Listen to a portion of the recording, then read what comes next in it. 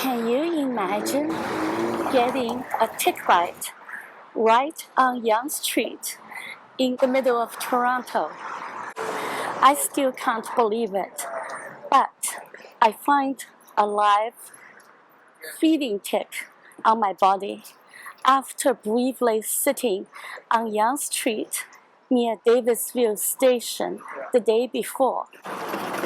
Davisville Station is on the other side, and on the north side you can see the Tim Horton Cafe, and I was sitting right here. Okay, let me tell you the story. It was late afternoon. After spending most of my day in downtown hospitals, I ran into a friend in front of the Tim Horton.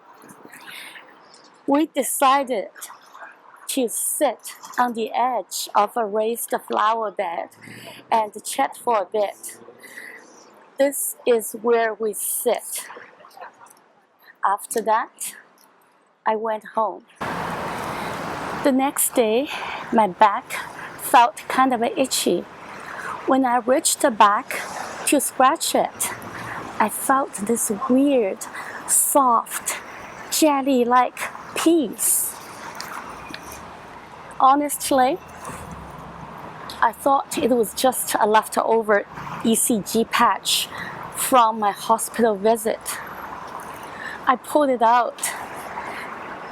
I actually had to try a couple of times. It took some extra force to get it off. And suddenly, wow, my fingers were bloody.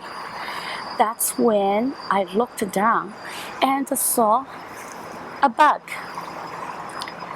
Its black legs were actively kicking, looking absolutely furious because its feast had been interrupted.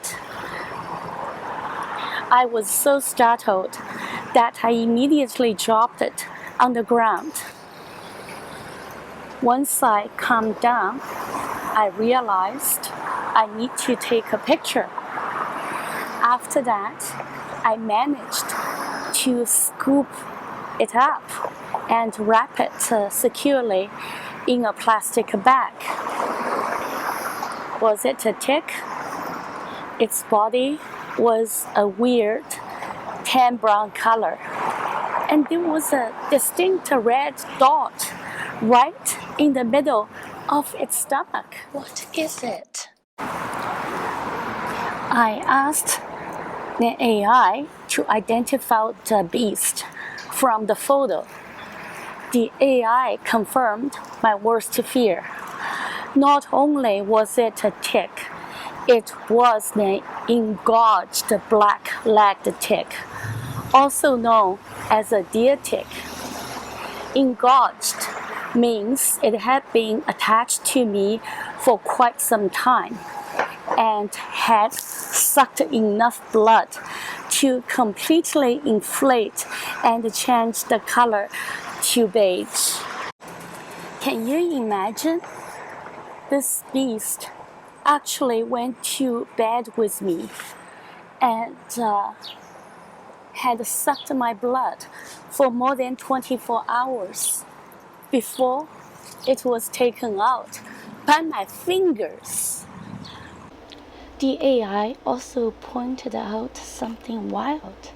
That red pimple on the underside of the tick was actually a parasitic Larva mite. What does it mean? It means that the tick itself was being attacked by another parasite. Yes, they look similar because they belong to the same mite family.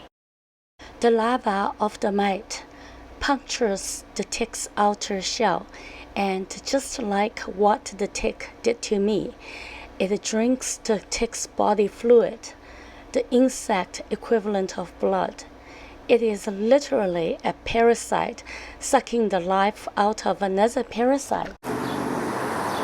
So, where on earth did I pick this up? My first thought was actually the hospital. I wondered if another patient had accidentally brought it in. But the AI pointed out that's highly unlikely, since ticks need vegetation to survive. The only time I was anywhere near nature that day was when I was sit on that corner of Yonge Street.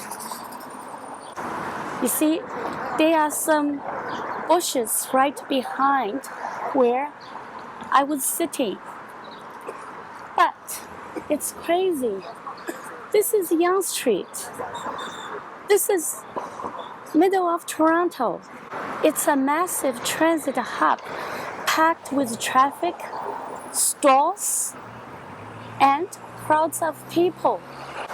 On the other hand, if you know Davisville area, you know the Beltline Trail and the heavily wooded Mount Pleasant Cemetery with all the ravine systems. They are all right nearby. Even at this busy intersection, usually there will be a lot of pigeons, sometimes hawks, and other birds flying around. And at night, raccoons, squirrels, coyotes, and yes, even deer venture out onto the street. Do you see the garbage bin here? That's where the wildlife usually come here to get their snacks. The Beltline is well connected to the ravine systems in Toronto. This is the entrance of Mount Pleasant Cemetery. It is actually a paradise for wildlife. Not to mention all the dogs coming back from cottages and weekend hikes with their owners. Because the AI warned me about the risk of Lyme disease, it urged me to get medical attention right away. I headed straight to a walk-in clinic. Although I'm filming the walk-in clinics here, but the one I went actually are not the one on Yonge Street. It's located on Eglinton Avenue. When the doctor looked at my back, he said, "Wow, it looks ugly." Later, I showed a picture of the bite site to the AI, which pointed out that it already had the classic bullseye shape with red edge, a textbook sign of an early Lyme disease infection. If you don't know, Lyme disease is a bacterial infection transmitted through the bite of these infected black-legged ticks.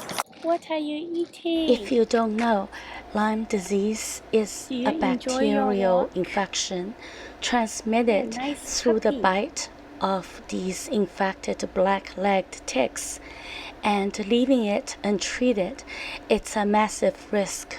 Within days or weeks, it can trigger that expanding bullseye rash, severe flu-like symptoms, fever, chills, intense fatigue, and widespread body aches. If it goes on for weeks and months, things get much worse. It can cause facial paralysis, where one or both sides of your face droop, severe joint pain and swelling in your knees, and even heart problems or dizziness. Thankfully, preventative medicine can stop Lyme disease in its tracks before any of that happens. My doctor immediately prescribed Doxycycline, an antibiotic used to prevent the disease from taking hold. I took the pill right away with a big glass of water. The medicine is highly effective at killing the bacteria before it can spread through my system. As for the clueless poor tick, it's currently being sent off to a lab to be officially tested for Lyme disease. I should get the result in a few days, and as soon as I know, I will post an update in the comment below. Who's going to move first? I'm not going to move. I'll let you move first. Oh yes, you did. Look at that.